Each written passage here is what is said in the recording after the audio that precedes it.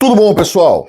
Bom, muita gente tem perguntado para a gente o que é essa tal emergência nacional. O que isso significa, qual é o impacto disso, o que Donald Trump pode ou não pode fazer dentro dessa regulamentação da emergência nacional. Eu quis colocar aqui para vocês numa forma de aula, que é o que eu gosto muito de fazer. Vou até ficar de pé aqui, fica mais fácil para eu explicar para vocês. E nós vamos falar sobre o que é a emergência nacional. O que o Donald Trump pode realmente fazer com essa questão, como ele pode usar, inclusive, as Forças Armadas para ir atrás dos imigrantes ilegais, que é o que ele está querendo dizer, vai decretar emergência nacional para trazer Forças Armadas, na verdade, a Força Nacional, para fazer captura, busca de imigrantes indocumentados e ilegais.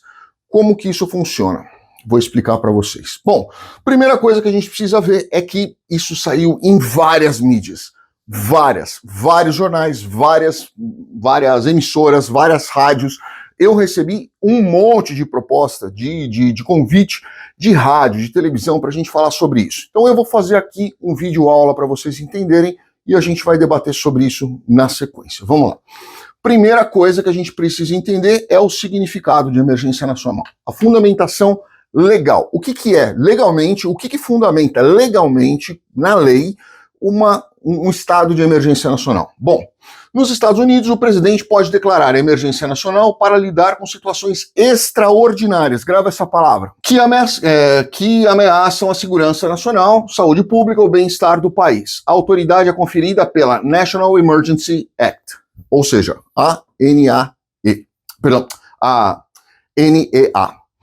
E foi aprovado em 1976. Então, quando um presidente vai declarar a emergência nacional, a fundamentação básica é a NEA, tá? O princípio constitucional que fundamenta a declaração de emergência nacional nos Estados Unidos está relacionado aos poderes implícitos do executivo. Isso é uma coisa muito importante vocês entenderem, que a regulamentação constitucional, o que a Constituição diz, é que a emergência nacional pode ser declarada pelo líder do poder executivo, no caso, o presidente da República, tá? E é o papel do presidente, comandante do Estado, chefe nas Forças Armadas, chefe do poder executivo. Ou seja, presidente. A Constituição dos Estados Unidos, embora não mencione explicitamente o termo emergência nacional, ela concede os poderes que permitem ao presidente lidar com crises, com bases em algumas cláusulas específicas. Aí é que a gente começa a olhar. Cláusulas constitucionais fundamentais, no caso, que falam sobre a emergência nacional. Artigo 2, seção 1, cláusula do Poder Executivo. Artigo 2, seção 2, cláusula do comandante em chefe. E artigo 1, seção 8, Poder do Congresso sobre as emergências. 2, legislação específica que regulamenta isso. Nós estamos falando na NEA, que a gente já tinha falado, de 1976. Embora a Constituição não trate diretamente de emergências nacionais, a NEA é a legislação competente, é a legislação direcionada para tratar desse tipo de caso, tá? Fornece um direcionamento legal para o uso desses poderes. E aí é que vem. Ela define ela define como o presidente pode declarar o tipo de emergência. Ela coloca ali as regras para o presidente declarar, como ele deve fazer a declaração.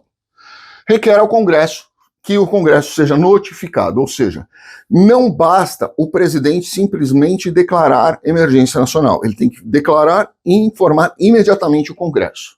Obriga o presidente a identificar quais leis ou poderes específicos, vocês vão entender um pouco mais para frente, serão invocados. Ou seja, na decretação da emergência nacional, ele tem que dizer, eu decreto esse estado por, saúde pública, baseado nessa legislação, os poderes que eu invoco são esse e esse.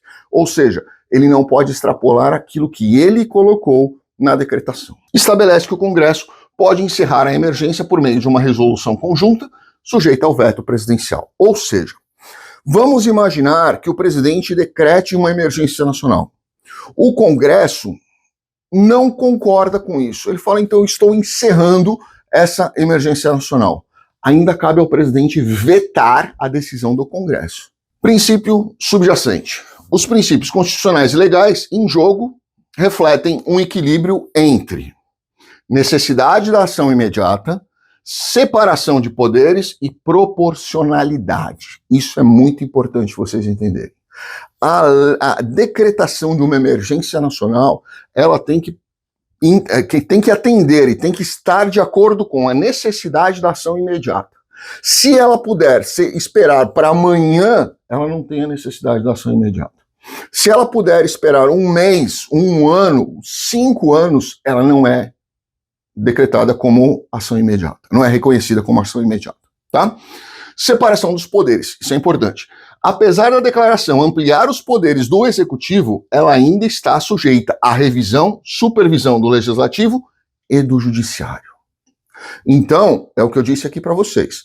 Cabe ao presidente decretar, mas cabe ao legislativo fiscalizar e cabe ao judiciário, inclusive, rever e reverter essa decisão, certo? Se não atender os princípios. Proporcionalidade, ou seja, as ações tomadas, elas não podem ser desproporcionais àquilo que está causando o problema. Então vamos imaginar que haja uma decretação de emergência nacional com base na invasão de imigrantes ilegais. Isso está gerando um caos, está virando... E aí, de repente, o presidente decreta uma emergência nacional, pede o apoio do Navy, do Army, da Força Aérea, dos snipers e de Jesus Cristo. Percebem que é um pouco desproporcional? Né? Um pouco não, muito desproporcional. É muita coisa para combater um tipo de coisa. Ah, mas ele pode pedir então a Guarda Nacional? Pode, proporcional. Ele pode pedir aí, de repente, aí, o serviço de inteligência do Army? Pode, proporcional. Ele vai precisar colocar tanques na rua, tanques de guerra na rua, para de repente fazer uma captura de 2 mexicanos ilegais, ou qualquer outra nacionalidade, ilegais que estão ali cortando a grama de alguém? Não, é desproporcional. Pode ser cassado imediatamente pelo legislativo ou pelo judiciário, certo? Então a proporcionalidade é algo muito importante para a gente entender aí. Procedimento. Primeiro, declaração formal. O presidente deve emitir uma proclamação por escrito especificando a emergência e as autoridades legais invocadas. A gente falou isso antes. Declaração é registrada no Federal Register e notificada ao Congresso, imediatamente. Bases legais. Existem cerca de 100 leis federais. Quando eu fui fazer a pesquisa, apareceu um monte de legislação que a gente pode embasar em uma emergência nacional. Tá? Então o presidente precisa enquadrar em cada uma das que ele vai invocar. Que o presidente pode ativar durante uma emergência nacional. Por exemplo, elas podem autorizar sanções econômicas, uso de forças armadas e suspensão de certas regulamentações. Olha que importante é isso aqui, ó. Suspensão de certas regulamentações, inclusive benefícios imigratórios, tá? Então, se algumas pessoas falam, mas eu estou aqui dentro de um processo de asilo. Ué, peraí, mas o asilo é uma proteção temporária, até ele ser julgado, tá? Antes, ele é uma proteção temporária. Um SIGES é uma proteção temporária. O DACA é uma proteção temporária. E lembrem que Donald Trump, inclusive, já teve problema com o DACA em 2017, tá? Lembrem disso. Os outros vistos, muito difícil. Eu diria para vocês, para quase impossível de ter qualquer tipo de impacto, porque aí nós vamos estar atingindo uma outra legislação, que ele vai ter que ter aí sim uma supervisão do Congresso, ele vai ter que ter sim uma aprovação do Congresso, apesar de ter maioria de republicanos, nem todos, lembrem isso, nem todo republicano é a favor de porte de arma, e nem todo democrata é contra porte de arma, lembrem disso. Então você falar, ele tem a maioria no Congresso, tanto na Casa quanto no Senado, não quer dizer que ele vai ter 100% de voto de republicano e nem que ele vai ter 100% de reprovação de democrata, tá? Não funciona assim aqui. Supervisão e limitações. O Congresso pode revogar a emergência por meio de uma resolução conjunta, embora o presidente possa vetar essa resolução. Já tinha falado para vocês, as declarações de emergência expiram automaticamente após 1 ano, a menos que o presidente as renove. Ou seja, Donald Trump entrou, assumiu, assinou uma declaração de emergência. Se ele não renovar 12 meses depois, ela está automaticamente expirada, tá? Impactos práticos. As emergências nacionais são frequentemente declaradas para lidar com desastres naturais, ameaças externas ou questões de segurança nacional, que é o que ele deve fazer. Exemplos recentes. Primeiro, pandemia Covid 2020 foi inclusive declarada pelo próprio Donald Trump. Então, nós temos aqui um exemplo fácil para vocês enxergarem. Segundo, ataque de 11 de setembro também foi declarado estado de emergência. Outra, crise migratória de 2019 também foi declarada por Donald Trump, certo? Foi inclusive utilizado um recurso federal aqui, o Fundo Federal para a construção do muro. O próprio Donald Trump decretou uma emergência nacional para conseguir liberação de verba para a construção do muro. Vocês devem lembrar disso. Funcionamento e permissibilidade. Primeiro, recursos federais redirecionados. Quando o presidente declara um estado de emergência, ele pode imediatamente desviar recursos de um determinado fundo, de um determinado direcionamento para outro que seja de interesse dele, que esteja justificado pela emergência nacional. Então permite o uso de fundos federais para lidar diretamente com a emergência, mesmo se não aprovados pelo Congresso. Presta atenção nisso. Exemplo, construção de infraestrutura, compra de suprimentos médicos ou socorro de desastres naturais. Foi isso aqui que Donald Trump alegou para construir o muro, tá? Suspensão de regulações. Normas ou regulamentações podem ser temporariamente eliminadas para acelerar a resposta à crise. Por exemplo, dispensar licitações em contrato de resposta rápida. Existem diversas denúncias com relação à construção, inclusive do muro. Tá? E não só aqui, nós temos aqui inclusive outras denúncias também, com o caso de 11 de setembro e por aí. Então isso aqui é uma questão muito delicada porque ela dispensa licitação, né? E aí vocês começam a imaginar o que vem por trás desses tipos de contratos, né? Controle sobre indústrias e suprimentos. Sob leis como Defense Production Act, o governo pode exigir que empresas privadas priorizem contratos governamentais ou produzam bens essenciais, principalmente bélicos. Medidas de saúde e segurança pública. Ou seja, o presidente pode colocar restrições de viagens, quarentenas, fechamentos de fronteira, vacinação obrigatória, etc. Vocês lembram do que aconteceu com a Covid? E vocês lembram que logo que Donald Trump assumiu como presidente da outra vez, ele colocou um banimento de entrada, inclusive de pessoas que tinham green card, de cidadãos de origem de países árabes muçulmanos radicais. Lembram disso? Eu lembro direitinho quando nós tivemos aqui diversas pessoas da Síria e do Iraque tendo um monte de problema para tentar entrar nos Estados Unidos. Green card holders casados com cidadãos americanos, tá? Vocês podem pesquisar isso aí, vocês vão lembrar. Pode acontecer de novo? Pode. Funcionamento e permissibilidade. Expansão do poder executivo, o presidente pode contornar processos normais de governança, de gestão, como aprovações legislativas para lidar com a crise. Ou seja, o presidente pode simplesmente fazer a coisa acontecer sem ter qualquer tipo de aprovação legislativa para aquele tipo de medida, para aquele tipo de projeto de lei, entre aspas aí, chamando para vocês entenderem. Tá? Permite acesso imediato a recursos e autoridades especiais para agir rapidamente. Impacto econômico. O governo pode impor sanções econômicas, congelar ativos ou redirecionar verbas públicas. Pode também afetar mercados financeiros, negócios, custos de bens, especialmente emergenciais e econômicos. Mudança no sistema jurídico e direitos civis. Pode resultar em suspensão de algumas liberdades civis ou proteções legais, que eu falei para vocês de imigração. Lembra, isso daqui foi exatamente o que aconteceu quando Donald Trump assumiu da outra vez. Não estou dizendo que ele vai fazer de novo, tá? Mas como havia ali o risco de alguns ataques aos Estados Unidos, ele colocou o banimento de entrada, inclusive de pessoas que tinham green card, de países de origem muçulmana radical, tá? Ou seja, pode resultar em suspensão de algumas liberdades civis ou proteções legais, que foi o caso do DACA, dependendo do contexto. Por exemplo, controle de fronteiras, restrições de viagens ou acesso a dados privados. Ações militares ou de segurança, ou seja, o presidente pode autorizar a mobilização de tropa e uso de forças armadas no território nacional. E também pode incluir medidas de vigilância reforçada. Esse 8 aqui é o que eu acho que ele vai fazer dessa vez. Tá? Gravem isso.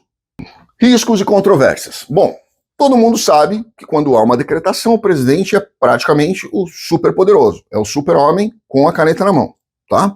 Então vamos lá. O que pode acontecer? Abuso de poder, há críticas de que a declaração pode ser usada para fins políticos e não emergenciais, já aconteceu na história dos Estados Unidos. Falta de supervisão. Apesar de mecanismo de controle, o Congresso raramente revoga uma emergência declarada. Por quê? É aquela velha história. Eu vou revogar uma emergência declarada e de repente estoura um pepino aí e eu vou ser responsável por algo que eu cacei? Não, é melhor deixar o presidente responder pelo excesso do problema dele, tá? Isso acontece bastante, tá? Eles simplesmente falam, olha, não vou revogar uma emergência, a menos que seja algo muito evidente. Impacto a longo prazo. Algumas emergências continuam em vigor por anos, ou seja, renovando, o presidente vai renovando, mesmo após o fim do motivo original. Quer um exemplo disso? A obrigatoriedade da vacina do Covid para Green Card Holder, para quem vai fazer o exame para aplicação de Green Card. Já acabou a pandemia, já não é obrigatória a vacina, mas para o exame continua sendo. Existem aí as exceções onde você pode pedir a dispensabilidade, mas ainda, teoricamente, continua sendo obrigatório, tá? Cada declaração de emergência é única, mas as mudanças tendem a alterar significativamente a forma como o governo opera de acordo com a sociedade. E, por fim, impacto financeiro, ou seja, toda medida de emergência, ela traz um impacto financeiro, um custo financeiro muito grande, dentro daquelas questões que eu falei para vocês, sem a necessidade de licitação, sem a necessidade de fiscalização e sem a necessidade, obviamente, de um controle maior, tá? Pessoal, era isso. Eu acho que ficou claro para vocês como funciona essa questão da declaração da emergência. É algo que eu acho que vai acontecer. Donald Trump já fez isso muitas vezes, não só para a questão imigratória, mas ele fez para várias outras questões também, tá? Para o muro, para quando ele quis lá fazer o negócio das vacinas do Covid, fez para várias outras situações. Vários presidentes fizeram, tá? E eu acredito que Donald Trump vai fazer agora para a questão imigratória. Então, quero explicar para vocês como funciona. Tá aqui, tá explicado tecnicamente como funciona. Obviamente, a gente pode até gravar um outro vídeo explicando aí qual vai ser o impacto disso dentro da imigração, mas esse vídeo só deve acontecer quando efetivamente Donald Trump assumir e nós soubermos qual vai ser a medida tomada específica para aquele tipo de situação. Que nós sabemos que ele deve ir atrás primeiro das pessoas que devem ter aí condenação, pessoas que têm aí falsificação de processo, pessoas que estão enroladas nesse novelo, nessa macarronada que muitas vezes a gente vê acontecendo aí. Com certeza ele vai atrás dessas pessoas primeiro, e eu acredito sim que ele deve usar a Força Nacional para isso. Mas vai haver uma caça às bruxas a todos os indocumentados que existem na galáxia? Não, eu acho que não existe nem como fazer esse tipo de coisa. Então aquela pessoa que levou uma vida tranquila, sem grandes ostentações, sem grandes problemas, nunca teve nenhum tipo de problema, muito menos criminal ou qualquer coisa nesse sentido, é óbvio que eu acho que essa pessoa não é um alvo imediato, né? Ela pode ser um alvo daqui a algum tempo, mas imediato eu acho que eles vão tentar realmente fazer uma limpeza, principalmente nessas pessoas que vêm cometendo uma quantidade absurda de crimes contra a sociedade, certo? Grande abraço a todos, fiquem com Deus. Espero que tenham gostado. Obrigado.